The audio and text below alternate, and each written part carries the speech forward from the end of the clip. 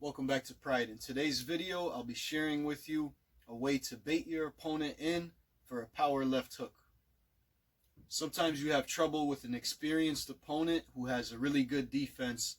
That's when it comes time to try to bait him in, to exploit any weaknesses or any openings that you see and really set up the shots. So now I want to teach you how to bait your opponent in. We're going to bait our opponent in off the right cross. When we're in our fighting stance, we're nice and sideways. We're not giving up much of a target because our hands are up, our forearms are in, our elbows are in. So there's not much body, not much target for our opponent.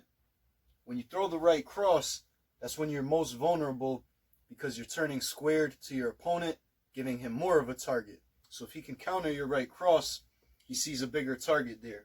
When you throw your right cross, you're taught to snap back.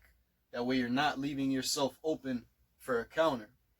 So in sparring or in fighting, if we're throwing our punches, we're going to leave that right hand out just a little bit too long, or even leave the body turned a little bit too long before snapping back, giving our opponent the impression that he can counter our right hand.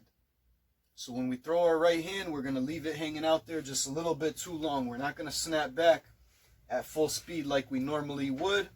We're throwing combinations, and we're just getting a little bit sloppy with that right hand, letting it hang out just a little bit too long before pulling that right shoulder and the right hip back to our fighting stance.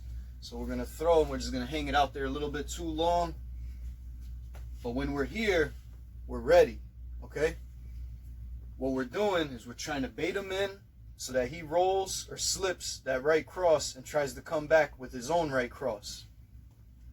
From here, it would be hard to roll with the cross coming at me because I'm fully extended forward.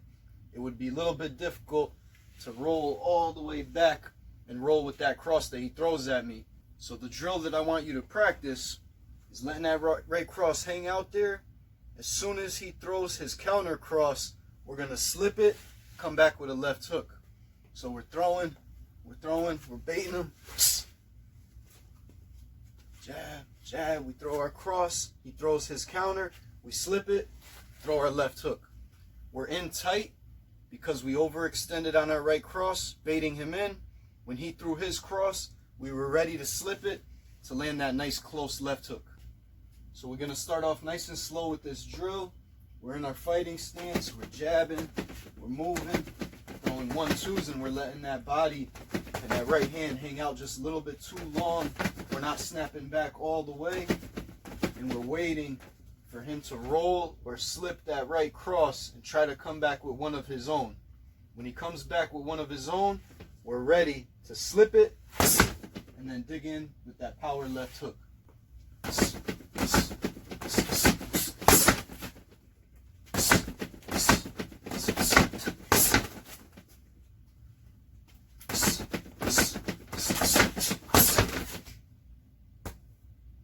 So baiting your opponent is always going to depend on the previous punches you threw.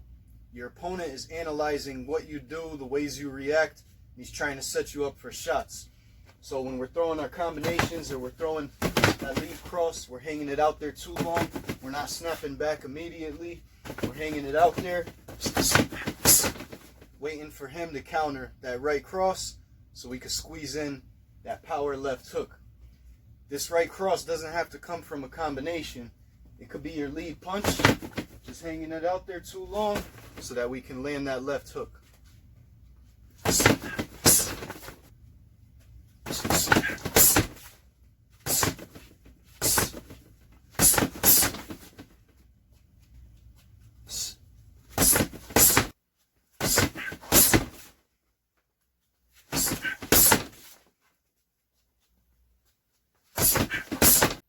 So when you're practicing this drill, whether it's at home or in the gym, make sure you really differentiate the difference between snapping that cross back or leaving it hanging out a little bit too long, baiting your opponent.